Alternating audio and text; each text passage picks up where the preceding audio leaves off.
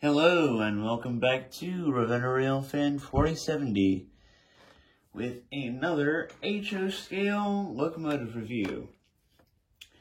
Tonight we are reviewing the Mantua Classics Pennsylvania Railroad GP20 number 5017. This is two advanced control and sound technologies in one loco for both DCC and DC railroading. MRC, DCC, and sound for DCC railroaders, and also the Loco Genie, which is the radio control and sound for DC railroaders. Basically meaning that little handy-dandy remote in the side of the box, which I'll get to in a minute. But let's go ahead and get started. Okay, now before I go any further with this review, some of you might be wondering, wait a minute, haven't we seen the 5017 on the Ravenna Central before? Yes, I've actually had this engine for well over a year, but Randall Meadows, one of my friends, has requested me to do a review of this engine as he did a review of the NS version, so that's why we're going to go ahead and do this. Unlike my Bachmann engines, the Mantua Classics doesn't have any other papers or stuff inside.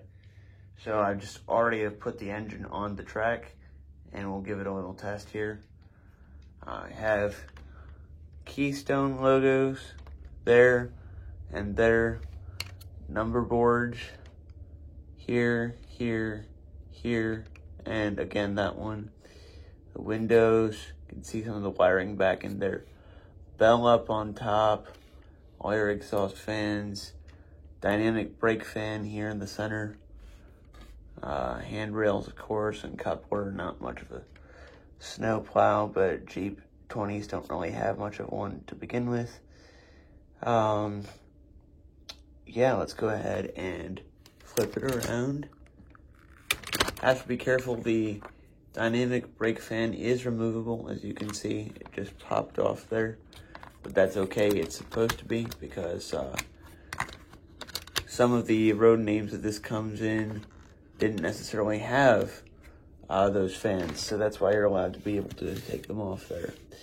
Okay, so rear number boards and another Keystone logo there, and the side gold lettering. That's about all there is to the detail of the actual engine.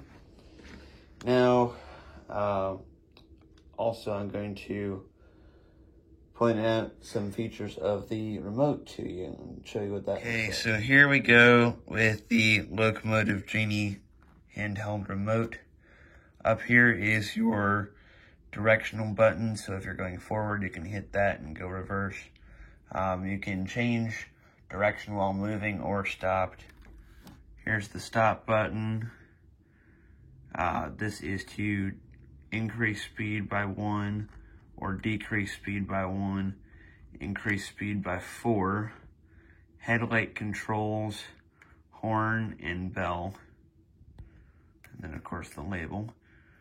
So let's see what happens when we fire up the engine and use the remote. Okay, before I show you the features of the Loco Genie remote, I'm gonna go ahead and do our standard procedure as far as the Easy Command Center Bachmann DCC controller.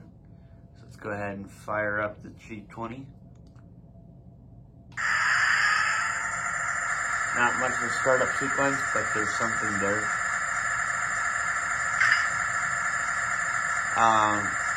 F10 is headlight, and nice bright LED there, but it does kind of have a blue tint. Fixing that would be my only critique of the headlight itself, because it does float into the number board, which looks nice. F3 is going to be your brake release. F2 is horn.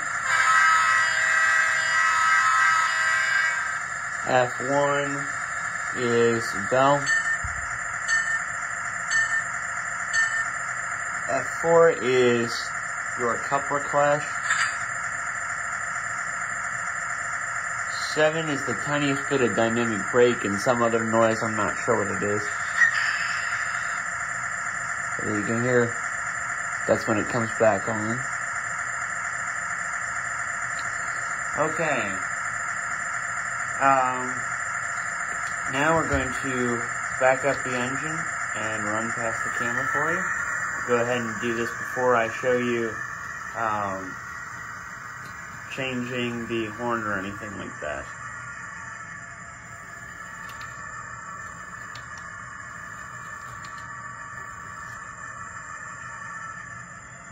Okay, sorry about that. Had a little trouble coupling to the cars, but now we're going to do a run by for you before we show you the Loco Genie remote and the horn and belt reprogramming there.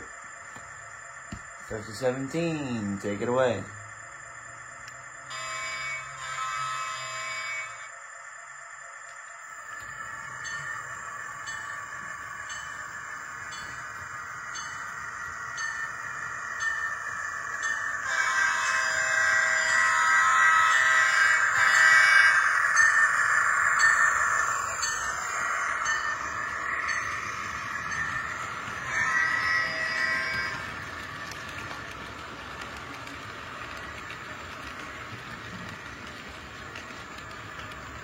Okay, so now I'm going to show you how to change horns and bells on this locomotive using the handheld Loco Genie remote.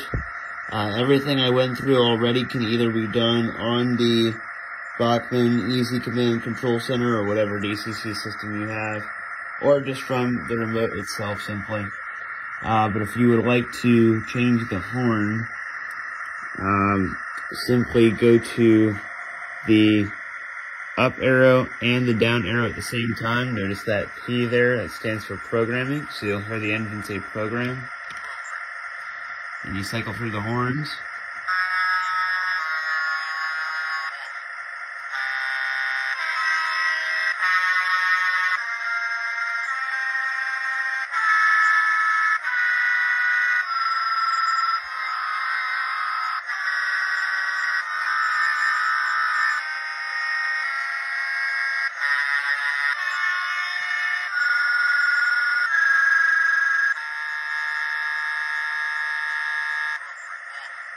So now that I've done that, the new horn is like this.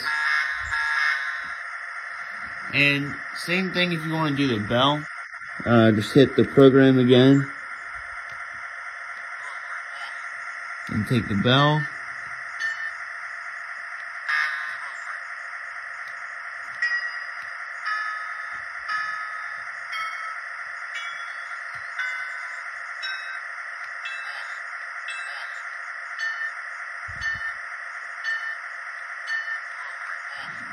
So as you can see, there's quite a few options for the bell and the horn.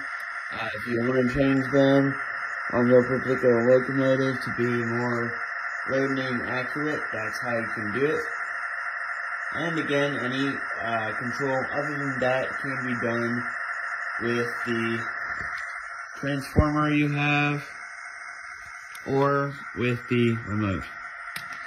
Alright, that just about wraps it up for this review. Yes, off. Perfect timing. Alright, it's telling me to shut the camera off, I guess. Thanks for watching. We'll see you next time, and subscribe to Randall Meadows too, please. See ya.